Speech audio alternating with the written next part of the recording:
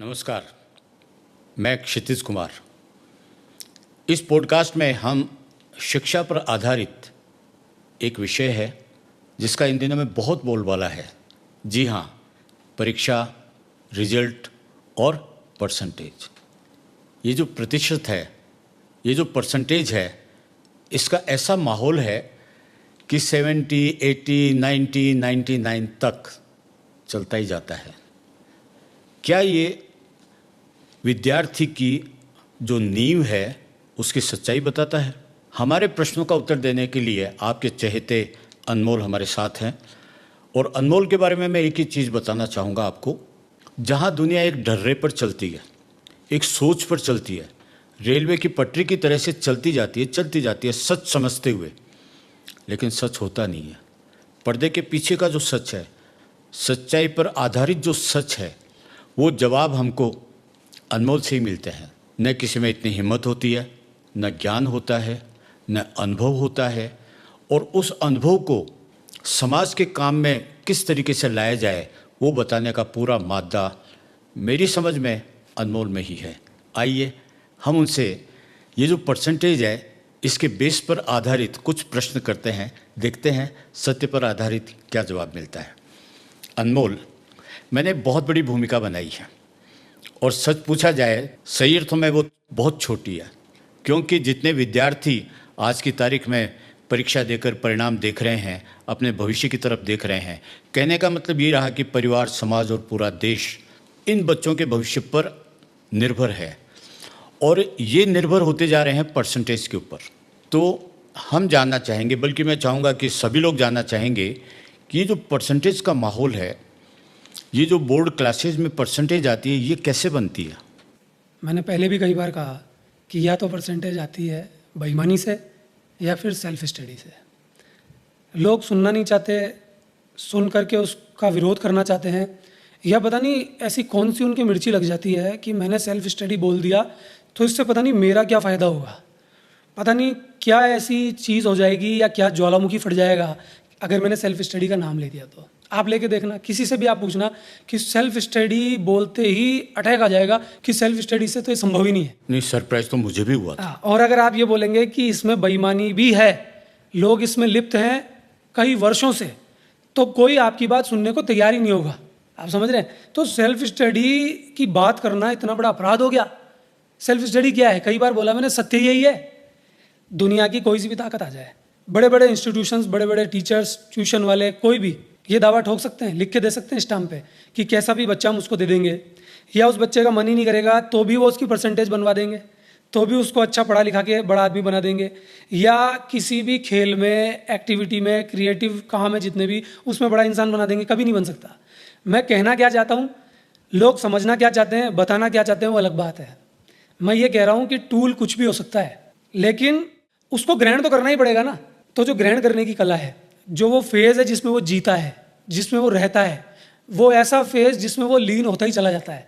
जब एग्ज़ाम नज़दीक आते हैं तो पूरा सिस्टम ही उसके पक्ष में काम करता है। हमने ये भी देखा कि वो बीमार भी हो रहा होता है तो इतनी बड़ी ताकत उसके इर्द गिर्द जनरेट हो जाती है, एक ऐसा अदृश्य बुलबुला पैदा हो जाता है जिसमें बैठता है कि बड़ी से बड़ी बीमारी को भी वो हिला देता है। क्यों? उसमें सत्य की ताकत आ जाती है, उसमें सेल्फ स्टडी यानी स्वाध्याय का जो नशा है वो छा जाता है।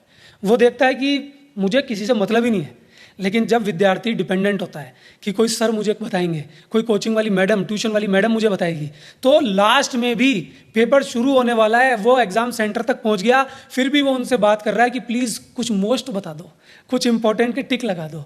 ये उसके दिमाग में चलता है। तो जिस सेल्फ स्टडी की मैं बात करता हूँ उसका अर्थ ये नहीं है कि बच्चा किस टूल से पढ़ेगा। वो कोचिंग में भी पढ़ सकता है, वो ट्यूशन में भी पढ़ सकता है। फिर आप बोलेंगे कि आप कोचिंग ट्यूशन का विरोध क्यों करते हैं? मैं प्राइवेट स्कूल का भी विरोध करता हूँ। मैं हर उस स्थिति का विरोध करता हूँ जिसमें इंटेंशन नेगेटिव है, जिसमें बात रियलिटी की नहीं है, सत्य की नहीं है, सिर्फ पैसा कमाने का काम हो रहा है। आप किसी भी प्राइवेट स्कूल वाले से पूछ लीजिए कि आपने स्कूल क्यों खोल रखा है, आप चाहते क्या हैं? हो सकता है वो कैमरे के आगे ये बोल दे कि नहीं, हम तो बच्चे का अच्छा चाहते हैं, बच्चे को पढ़ाना चाहते हैं, लेकिन अंदर का ध्येय यही होता है कि माल कमाना है।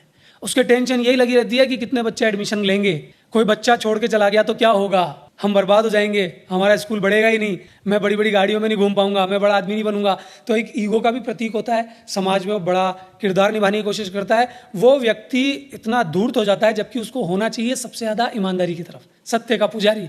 तो मैं कह रहा हूँ कि साहब मुझे कोचिंग या ट्यूशन की बात नहीं करनी है, लेकिन मुझे कोई तो शब्द इस्तेमाल करना पड़ेगा। मैं तो प्राइवेट स्कूल के लिए भी कह रहा हूँ, अगर मैं प्राइवेट स्कूल में मौजूद हूँ तो वो एक टूल है। सरकारी स्कूल में भी अगर टीचर का इंटेंशन गड़बड़ है, वो काम चोरी कर रहा है, वो पढ़ा नहीं रहा, जनरली हम देखते हैं, तभी तो ये चीज़ें अस्तित्व में आती हैं, तभी तो प्राइवेट स्कूल अस्तित्व में आते हैं, कोचिंग सेंटर्स आते हैं, ट्यूशन्स आती हैं।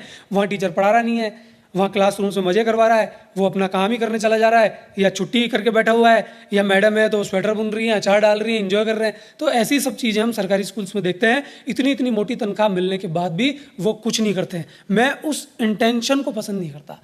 तो सब सेल्फ स्टडी का मतलब मेरी नज़र में यही है कि स्वाध्याय ईमानदारी से करना, लीन हो जाना, फिर टूल कोई भी हो। अगर पहले यूट्यूब से वीडियो नहीं थे तो भी हमारे पास बुक्स थी, तो भी हमारे पास स्कूल के टीचर्स थे।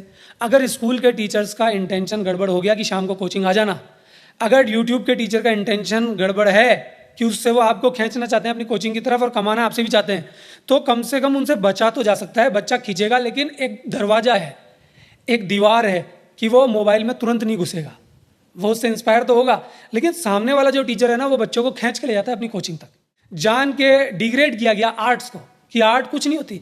आप सोचिए कि ये दुनिया ही क्रिएशन है, और क्रिएटिव चीज़ को डिग्रेड कर दिया और साइंस को अपग्रेड कर दिया। साइंस बहुत बड़ी चीज़ है। वैज्ञानिक दृष्टिकोण की बात मैं हमेशा करता हूँ। अगर इंसान का वैज्ञानिक दृष्टिकोण नहीं होगा तो इंसान हमेशा अंधविश्वास में चला जाएगा। दृष्टिकोण की बात अलग है, लेकिन जो मूल्य है, वैल्यूज़ है, जो क्रिएशन में है, आर्ट में है, उसको दूर कर देंगे तो फिर वो रूखापन उसमें आता है। रूखापन आएगा, क्रिएटिव एंगल ही खत्म हो जाएगा।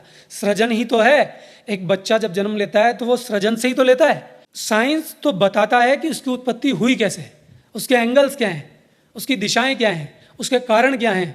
लेकिन क्रिएटिविटी एक अलग ही चीज़ है। लेकिन जान के आर्ट्स को नीचा बता दिया, और कॉमर्स के तो ये हाल कर दिए देश में। फिर बोलते हैं कि साहब देश को हम ऊंचाइयों पे ले जाएंगे। मैं आपसे पूछता हूँ, बताइए वो व्यापारी बच्चे, वो कमर्शियल बच्चे, वो कॉमर्स लेने वाले बच्चे कितने हैं? कितने कम स्टूडेंट्स आजकल कॉमर्स लेते हैं, आपको मालूम? बहुत कम, बहुत कम। इतने कम कि धीरे धीरे वो खत्म ही हो जाएंगे। एक एग्रीकल्चर सब्जेक्ट मैं कह रहा हूँ हुआ करता था, अभी भी है, लेकिन कितने कम बच्चे लेते हैं। अगर किसान नहीं होंगे, फसल नहीं होगी तो क्या होगा? वो क्यों? अगर कॉमर्स नहीं होगी तो आपका जो अर्थतंत्र है उसका आधार ही खत्म हो जाएगा। वही जान के साइंस के बच्चों की संख्या बढ़ा दी जा रही है। धीरे धीरे आर्ट्स में भी कटौती हो रही है। फिर भी आर्ट्स इतना बड़ा है, इतने बच्चे आर्ट्स लेते हैं, लेकिन उनका कारण दुखदाई है कि वो लेते इसलिए हैं कि हमसे साइंस नहीं पढ़ी जाएगी। तो दुखदाई कारण है आर्ट्स लेने का, जबकि मैं कह रहा हूँ आर्ट्स शानदार सब्जेक्ट है। इस दुखदाई कारण के चलते आर्ट्स में भी अब धीरे धीरे गिरावट आ रही है। फिर भी आज आर्ट्स सबसे ज़्यादा बच्चे लेते हैं। तो इसीलिए मैं आपसे कह रहा हूँ कि परसेंटेज जो है वो कहीं ना कहीं बेईमानी से भी आती है, क्योंकि प्राइवेट स्कूल्स अपना बोलबाला दिखाने के लिए, अपने झंडे गाड़ने के लिए कहीं ना कहीं बेईमानी का इस्तेमाल जरूर करते हैं। अगर मेरी बात आपको ऑथेंटिक नहीं लग रही है तो भूतपूर्व में इतने सारे केसेस सामने हैं, सोशल मीडिया पे पड़े हुए हैं।